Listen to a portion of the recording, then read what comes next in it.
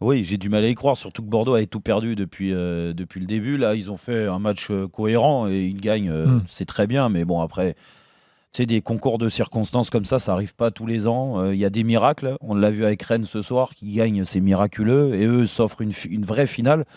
Bordeaux, déjà, il va falloir aller gagner à l'extérieur. Déjà, il faut gagner à Copenhague. Voilà. Même si Copenhague fait partie des équipes que les clubs français arrivent à battre plutôt régulièrement. Déjà, il faut le faire, le match. Et ensuite, c'est l'autre qu'il faut espérer. Le Zénith déjà qualifié. Je ne sais pas s'ils envoient leur vraie équipe contre le Slavia qui joue sa qualif. Et s'il y a nul dans Zénith Slavia, non, c'est Slavia c'est mort. Le Slavia passe. Qui passe. Ils auraient un point de plus que point, Bordeaux. Ça suffit. Ah non, là, on peut pas. Il faut espérer juste que le Zénith batte le Slavia.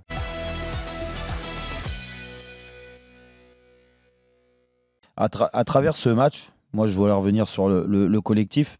Marseille, ils n'ont pas une équipe pour prendre 4-0, même avec cette équipe-là, pour prendre 4-0 à Francfort.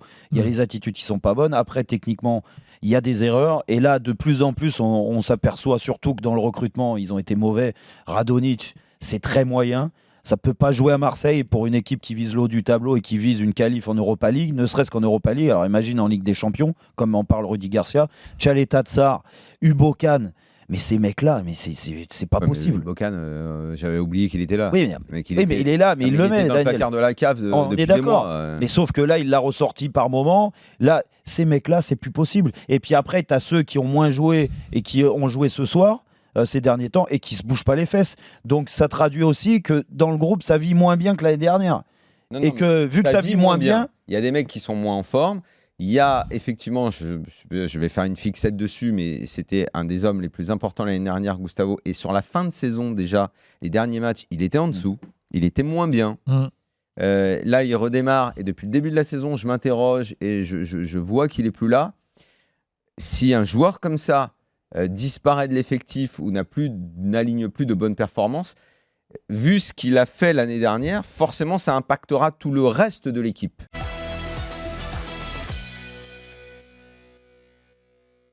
Déjà, il faut envisager la deuxième partie de saison et la suite, et ça veut dire que si Luis Gustavo est dans cet état là maintenant, l'année prochaine, tu peux plus compter sur lui, parce que là tu vises la Ligue des Champions.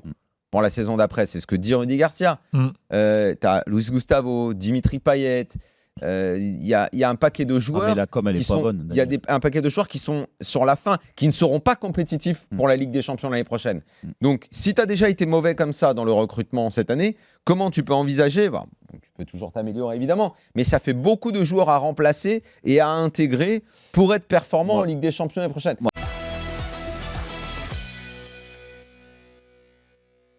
Je l'avais dit au début de saison et là-dessus, je ne change pas d'avis. Autant Rudy Garcia, je n'ai jamais...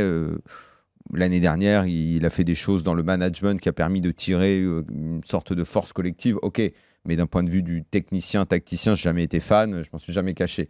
Mais néanmoins, je maintiens quand même une chose que j'ai dite en début de saison et que je peux redire ce soir. Je pense qu'avec l'effectif au complet, certes, il y a un point noir qui est le 9, ça, j'en démords pas, pas de problème.